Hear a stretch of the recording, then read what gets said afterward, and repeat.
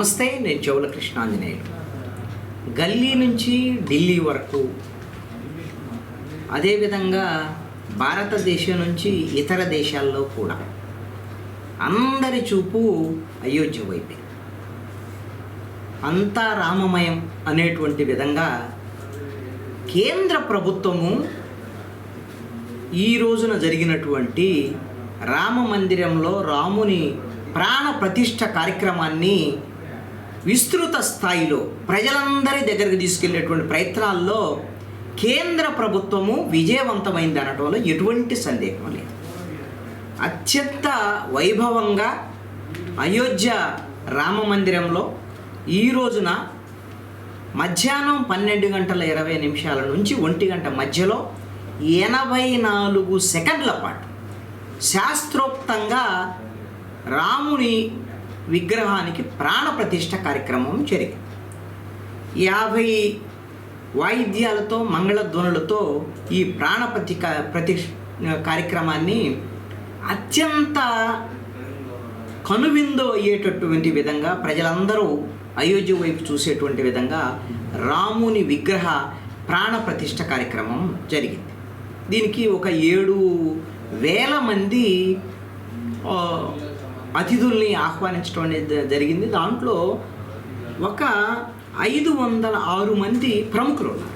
మనం కింద దాంట్లో గమనిస్తే ఆ ప్రధానమంత్రి నరేంద్ర మోడీ, అదేవిధంగా ఉత్తరప్రదేశ్ ముఖ్యమంత్రి యోగి ఆదిత్యనాథ్, అదేవిధంగా గవర్నరు, వీళ్ళని అందరూ ఈ వచ్చినటువంటి అతిథులందరితో కూడా ఆయన ముఖ్యులతో మాట్లాడేటువంటి ప్రయత్నం చేశారు. అమితాబ్ బచ్చన్ కుటుంబం, అదేవిధంగా చిరంజీవి, ఆంధ్రప్రదేశ్ నుంచి పవన్ కళ్యాణ్, రామ్ చరణ్ సతీమణి ఉపాసన, అదేవిధంగా ఇప్పుడు పవన్ కళ్యాణ్ ఎలాగో జనసేన పార్టీ నాయకులు, అదేవిధంగా చిరంజీవి ఇంతకుముందు పిఆర్పి ఉన్నారు, ఆయన ఇప్పుడు రాజకీయంగా కాకపోయినా సినిమా ప్రముఖంగా పిలిచారు. అదేవిధంగా చంద్రబాబు నాయుడు, తెలుగుదేశం పార్టీ తరఫున చంద్రబాబు నాయుడు కూడా హాజరైనటువంటి పరిస్థితి ఉంది. ఇక అంబానీ, ఆదానీలు, ప్రముఖమైనటువంటి అన్ని రాష్ట్రాలకు సంబంధించినటువంటి ముఖ్యులు, ప్రతి రాష్ట్రంలో ఉండేటువంటి ముఖ్యులందరూ కూడా ఈ విధమైనటువంటి కార్యక్రమానికి హాజరవటం అనేటువంటిది జరిగింది. ప్రపంచ దేశాలన్నింటిలో కూడా, మిగతా దేశాల్లో కూడా ఈ విధమైనటువంటి ఈ రాముని ప్రాణప్రతిష్ఠ కార్యక్రమాన్ని వీక్షించేటువంటి విధంగా ఏర్పాట్లు చేశారు. దాదాపుగా 60 దేశాల్లో, వాషింగ్టన్ DC, ప్యారిస్, సిడ్నీ వరకు చాలా దేశాల్లో ఈ కార్యక్రమాలు. అయితే ఇక్కడ నాకు అనిపించినటువంటి అంశం ఏంటంటే, ఎన్ని దేశాల్లో జరిగాయి ఏమో తెలియదు, కానీ నేను ఈ రోజున 2 గుంటూరు, అదేవిధంగా విజయవాడ సిటీస్, కొన్ని గ్రామీణ ప్రాంతాల్లో కూడా కొన్ని కార్యక్రమాల రీత్యా నేను వెళ్తే ప్రతి గ్రామంలో కూడా ఈ రాముని ప్రాణప్రతిష్ఠ కార్యక్రమానికి దానికి మద్దతుగా చాలా చోట్ల రామభక్తుల ఊరేగింపులు, అదేవిధంగా చాలా చోట్ల అందరికీ ప్రజలకి ప్రసాదాలు, తీర్థ ప్రసాదాలు పంపిణీ చేశారు.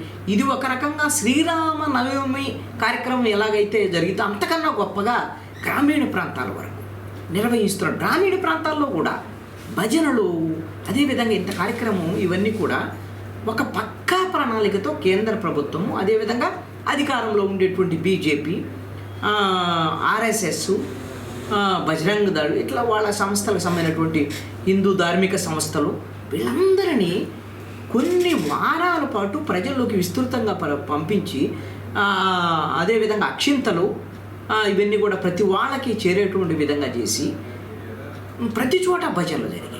ప్రతి చోట్ల ఈ విధంగా ప్రసాదాలు, తీర్థ ప్రసాదాలు పంపిణీ. ఇది ఒక రకంగా దేశ పండగలాగా.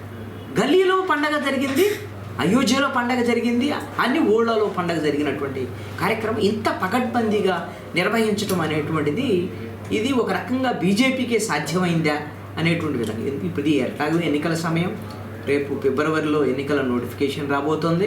ఈ ఎన్నికల్లో ఈ రామ మందిర నిర్మాణం ఒక 500 ఏళ్ల నాటి కళని బీజేపీ, అదేవిధంగా కొంతమంది ఈ హైందవ సంస్కృతి సంప్రదాయాలని కోరుకునేటువంటి వాళ్ళు, హిందూ సంప్రదాయాలని కోరుకునేటువంటి వాళ్ళు, వీళ్ళందరూ కూడా ఇన్ని వందల సంవత్సరాల కళ నెరవేరింది అనేటువంటి విధంగా ఈ రోజున ఈ అవకాశాన్ని బీజేపీ కొంచెం రాజకీయంగా కూడా వినియోగించుకున్నటువంటి పరిస్థితి ఉంది. కొన్ని పార్టీలు ఇప్పుడు కాంగ్రెస్ మిగతా పార్టీలు లాంటి వాళ్ళు వ్యతిరేకించిన ఇది రాజకీయం చేశారు.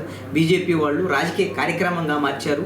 అదేవిధంగా నరేంద్ర మోడీ సొంత కార్యక్రమంగా ఆయన ప్రచార కార్యక్రమంగా మార్చారు అనేటువంటి విమర్శలు ఉన్నప్పటికీ కూడా ఈ విధమైనటువంటి భక్తి భావాలతో అయోధ్యలో జరిగేటువంటి కార్యక్రమాన్ని గల్లీ వరకు తీసుకొచ్చినటువంటి గ్రామీణ ప్రాంతం వరకు తీసుకొచ్చినటువంటి ఘనత మాత్రం ఖచ్చితంగా బీజేపీకి దక్కుతుంది.